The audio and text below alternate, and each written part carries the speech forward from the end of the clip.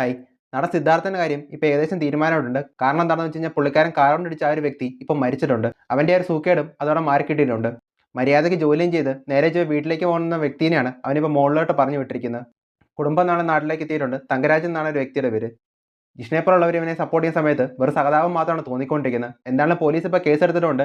Licence ആണെങ്കിൽ cut ചെയ്യാൻ വേണ്ടിയുള്ള കാര്യങ്ങളും ഒരു വഴിക്കൂടെ നടക്കുന്നുണ്ട്. പിന്നെ അച്ഛൻ വക്കീലായതുകൊണ്ട് തന്നെ എന്തെങ്കിലുമൊക്കെ കാണിച്ച് ഊരി പോകുന്ന ഒരു നിലയും ഇവിടെ ഉണ്ടായേക്കും. കാരണം ദിലീപിൻ്റെ കേസിലാണെങ്കിൽ നമുക്കറിയാവുന്നത് തന്നെയാണല്ലോ.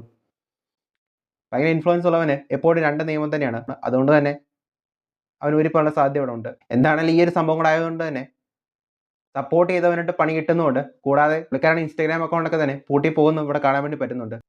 അതല്ലെങ്കിൽ നാട്ടുകാരെല്ലാം കൂടെ ചെന്ന് അവിടെ കമന്റ് ഇട്ട് ഇനി മേലെ അവന് ഈ പരിപാടി ഒരിക്കലും ചെയ്യാത്ത രീതിയിലേക്ക് കൊണ്ടുവരികയും ചെയ്യും. എന്താണെങ്കിലും ന്യൂ ഇയർ ആയിട്ട് തന്നെ സിദ്ധാർത്ഥനും ജിഷിനൊക്കെ തന്നെ നല്ലൊരു വരവേൽപ്പാട് കിട്ടിയിട്ടുണ്ട്. ഇതൊരു നല്ല വർഷമായിട്ട് മാറാനും ഇത് തന്നെ ധാരാളമായിട്ട് മതിയായിരിക്കും.